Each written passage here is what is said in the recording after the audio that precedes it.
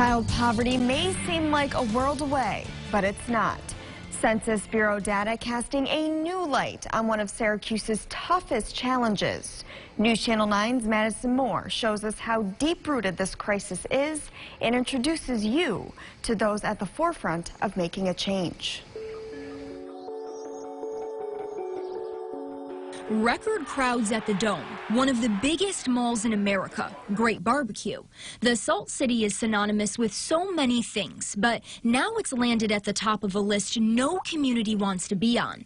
The Census Bureau ranking Syracuse #1 for the highest childhood poverty in the country. My reaction was no different than anyone else's reaction.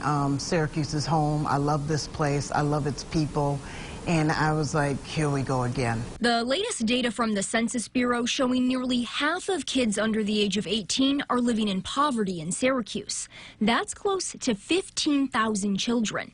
Syracuse's poverty rate surpassing every other city with at least 100,000 people in them, including places like Detroit and Cleveland. Two upstate cities trailing closely behind. Rochester ranking #2 in the country, Buffalo #6. We try to chip away at the things that are causing these numbers to be the way they are, and you just sometimes, for a millisecond, say, okay, what are we missing here? What does living in poverty actually mean? Here's an example. A family of 4 with an annual income of less than $26,246. To put that in perspective, the median household income in Syracuse is just below $40,000. What is the city, aside from the next generation of individuals that'll live here and work here and play here, and that's our generation of our young people? If you're wondering if this is a new issue, it's not. Poverty has plagued the city of Syracuse for years. In 2015, we ranked #5 for childhood poverty. Small strides have been made, but improvements still falling short compared to other cities. It's not for a lack of trying, but a multi-layered problem requires a multi-layered solution. Deputy Mayor Owens grew up here and stayed the course to better her community, just like Kenneth Hills. He remembers the days of running around the Southwest Community Center. A young adolescent, semi-knucklehead at times, in my own world, still trying to figure it all out. A full circle moment for Hills, who now oversees that center as the chief operating officer of Syracuse Community Connections. So it's just funny now to be here, and not even funny, but somewhat rewarding to be here now and see the young youth coming in and, them building the rapport with you, because it doesn't start overnight. That same belief brought Syracuse native Valerie Hill through the doors of the Southwest Community Center 12 years ago. She wanted to be a mentor and resource for her neighborhood. Those kids really depend on me, and I rely and depend on them as well. So we have a great relationship. It's mutual. Our love is mutual. Our trust is mutual. And with that, it makes things a little bit easier for them. A deep connection also felt by Syracuse Community Health Center CEO Mark Hall. It's personal. It's personal to me because I lived here. When I was a child, I came to the health center. My parents brought me here to receive services. I lived on this side of the town. Poverty's grip and impact affecting people from all walks of life in all different ways. This is not a black issue. This is not a poor white person issue. This is not a person of color. Poverty affects us all. Which is why these community leaders are fighting back with a common goal in mind. It's a community where, where we start and where we finish, let's give us a chance to build the support and foundation between so you have a stronger finish. Throughout the week, I'll be giving you a closer look into the work being done to combat childhood poverty in the city of Syracuse. This series will introduce you to new problems, new ideas, and new solutions. Callahan? Census Bureau data shows Syracuse has the worst childhood poverty in the nation. Yeah, this week, News Channel 9's Madison Moore is exploring the problem. And today, she's asking how city leaders are fighting this fight. It's not uncommon to see abandoned buildings or boarded up homes when you're driving around the city of Syracuse. For those living in poverty, housing is one of the biggest barriers. So you're addressing a two-headed monster, trying to address the cause of the poverty, which is the income, and then the residual results of that poverty, which are kids being ready for school, and hunger, and inadequate housing, being exposed to lead, addressing that. So many different variables that, as a city, we are trying to tackle. Deputy Mayor Owens says poverty boils down to making a living wage, not only to support yourself, but your family too. I started to think, from the city perspective, it is all about, in our role, in our position that we're in, using every tool in the toolbox we have for job creation. But in order to get a job, you need to be qualified. That's why the city is allocating resources for job training through an apprenticeship program. Syracuse Build is doing an amazing job in identifying training in the construction field for men and women of all walks of life. Particularly for, and especially for people who live in the city of Syracuse in those concentrated areas of poverty. The program, funded with American Rescue Plan dollars, is just the start of reimagining how job training is done. I can't expect you to give up the job you may have to do a training in hopes of another job. We're paying people to get these stipends, and they aren't pennies. It's to keep people in a living wage position until they're able to move out of that. And that includes providing safe and affordable housing. The city allocating $11 million toward housing developments and another $4 million to remove lead. And when you're paying housing, to pay for housing that is quality housing, that is in another area that the city can address is code violations, and ensuring that people are living in housing that is not falling apart around them, that does not have vacant property on either side of them, to address the issues around, again, lead and children being poisoned by lead. Deputy Mayor Owens says reinventing how the city zones properties can make living and working in Syracuse more affordable. It is thinking out of the box ways in which that we can look at the ability to provide opportunities to people to increase their families' wealth. That includes getting teenagers seasonal jobs. The city prioritizing funding again this year for summer youth employment. But Deputy Mayor Owens wants to make it clear. Childhood poverty is not a child issue. It is a residual effect of us being able to embed an opportunity for wealth increase in families. $26,000 a year for a family of 4 is an unconscionable pittance of money. Deputy Mayor Owens says it's about giving families in need a hand up, not a handout. What we really look at is how are people living? How are their neighborhoods thriving or not thriving? How are their business corridors developing? And is there access to food opportunities through markets? Are there opportunities for amenities that every other community who does not live in poverty or that is not entrenched in poverty take for granted?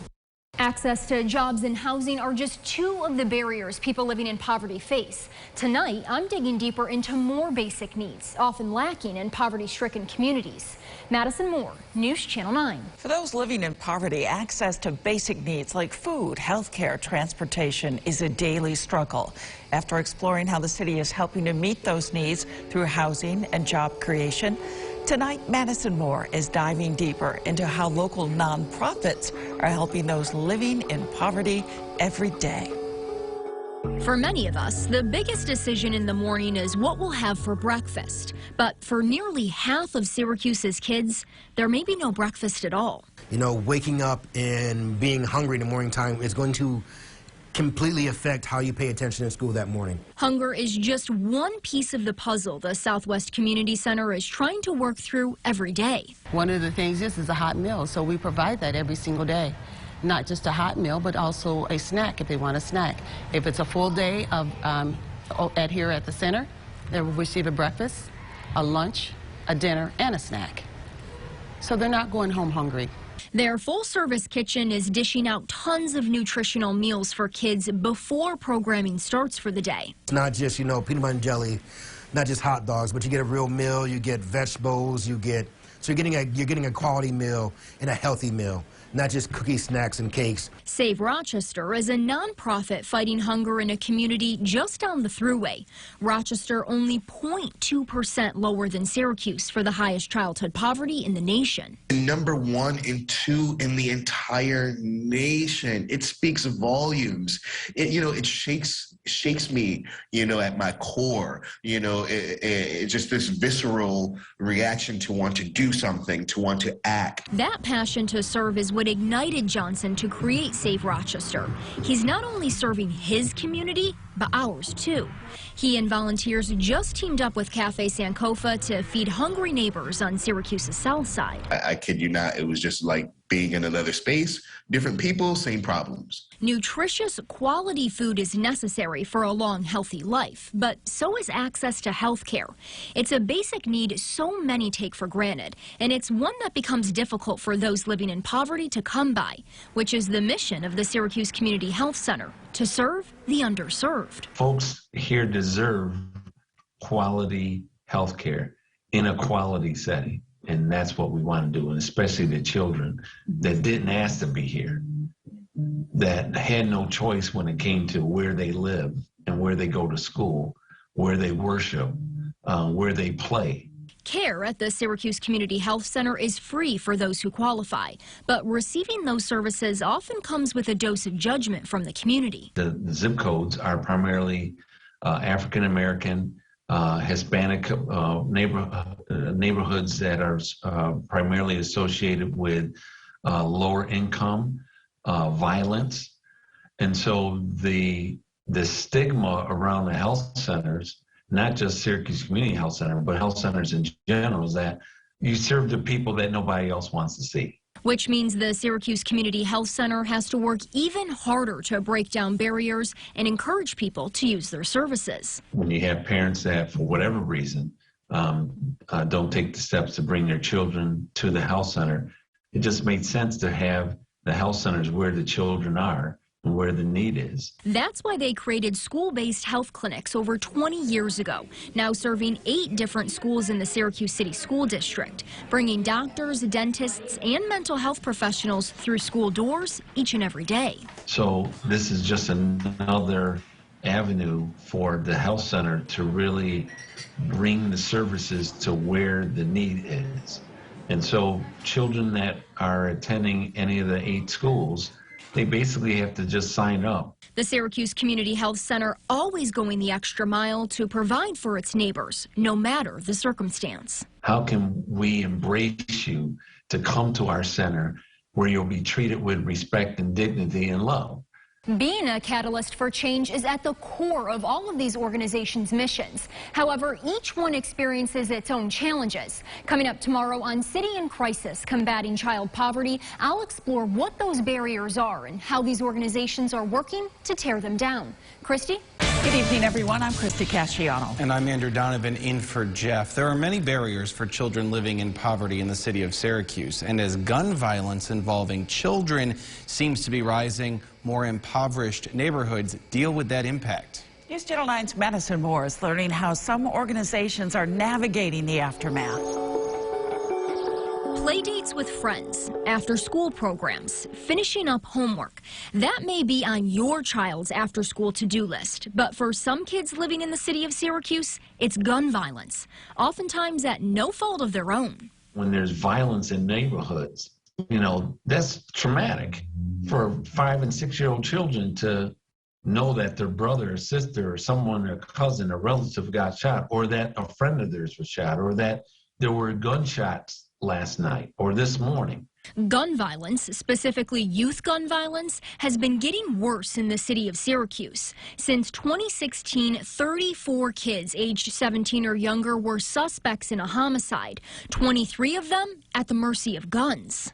We keep seeing our suspects and victims of gun crime get younger and younger, and it's definitely a concern. But it's definitely something that's a challenge. It's taxing on the police department and takes up a lot of our efforts. Efforts that include a data-driven approach using ShotSpotter, social media, and a specific gang violence task force. But possibly more important are the attempts to build trust between the department and the city's youth through outreach programs like the Police Athletics League. We really are investing 10, 20 years from now in our future residents, so we really understand that we can't just build relationships with, adults, but that youth has to be an important part. But in the meantime, kids are trying to navigate the trauma they're experiencing. That's where the staff at Syracuse Community Connections comes in. Lots of trauma. With everything that's going on right now, the pandemic has also caused a larger effect. PTSD, of course, mental health is huge right now. For some, the Southwest Community Center is their only safe haven. The center not only providing intervention programs for kids heading down the wrong path, but also prevention programs to reach kids before it's too late. Kids are not born wanting to hate. Kids are not born wanting to destroy. But kids are not born wanting to kill each other, right? It is something that's a learned behavior. So if we can catch our kids early, kindergarten, preschool, and started doing more of that collectively, it definitely would make a greater impact on the city of Syracuse, and we can see major changes happening. And it's that same mentality Deputy Mayor Owens has. Because you're living in poverty does not mean that you choose to pick up a gun. That said, the economic situations that people find themselves in may put them in a position where they see no alternative, not necessarily for causing harm to people, but seeing other methods for earning money. But as gun violence continues to escalate in our community, the city is working to combat it through the newly created Mayor's Office to Reduce Gun Violence. Our new director for the Mayor's Office to Reduce Gun Violence, Pastor Lateef Kinsey, has always said that our youth gun violence problem is not a youth problem, it's an adult problem. And so it is up to us to help them find the alternative. The violence isn't only impacting the children, but the whole family. Syracuse Community Connections recognizes the key is a strong family unit, especially for those living in poverty. Oh, it's extremely important. It's essential, because you can help a child and provide services and make an impact on that child. But when they're going back home, it's the same environment. Another goal for these children, making sure they're on the path towards a successful future, hoping they'll too return to Syracuse one day and pay it forward. When I see hope, I'm excited. When I can contribute something to the community that I grew up in, a community that I love so much, people that I love so much, it's a blessing. We've introduced you to the problems gripping the city of Syracuse, but what are the solutions? I'll be exploring that tomorrow in our final story in our series, City in Crisis, Combating Child Poverty. Christy? This week we've been introducing you to all the issues surrounding childhood poverty in the city of Syracuse, what it means, what it looks like, and how community leaders and organizers are working to fight it every day. But what is the solution? Is it attainable? What will it take? News Channel 9's Madison Moore tries to find the answers.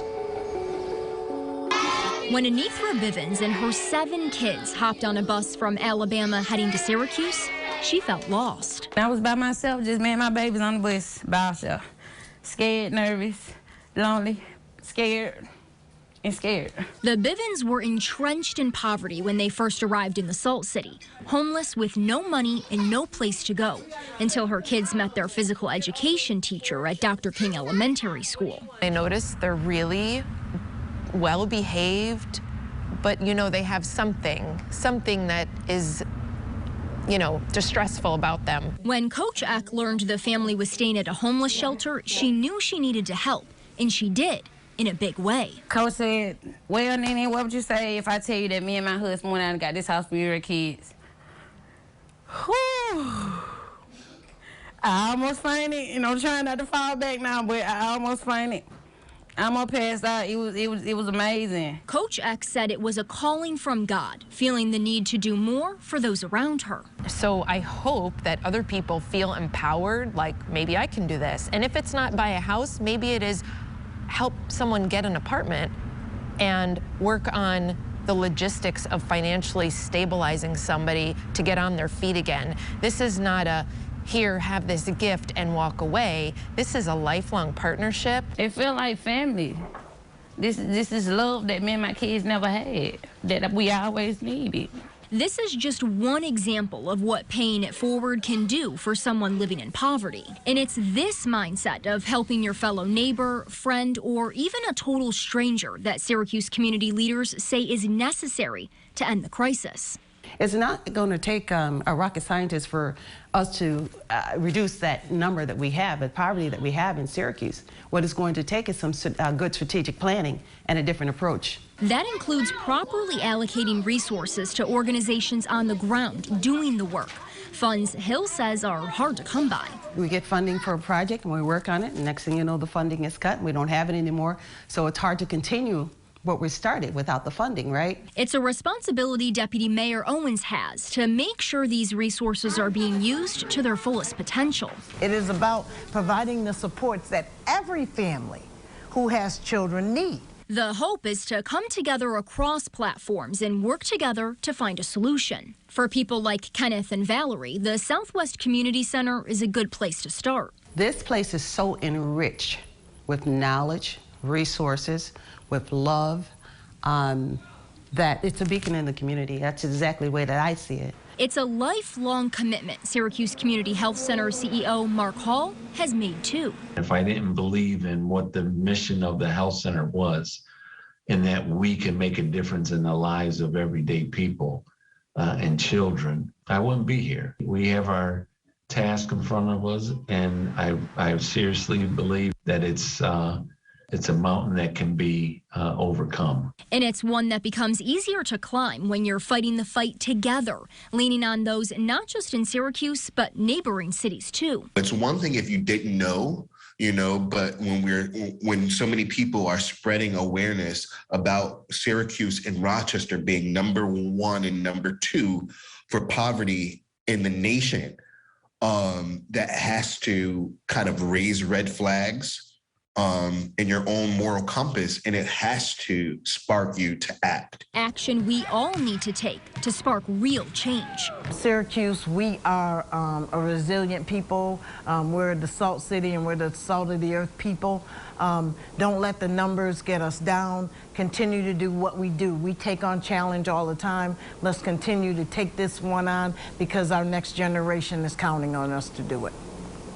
And they're counting on all of us to do what we can to help those in need, whether it's a monetary donation, volunteering your time, or just being a good neighbor. Whatever you can give will make a difference. The conversation on poverty is one News Channel 9 plans to continue over the days, weeks, and months ahead. And it's one we hope you'll continue to be a part of. Madison Moore, News Channel 9.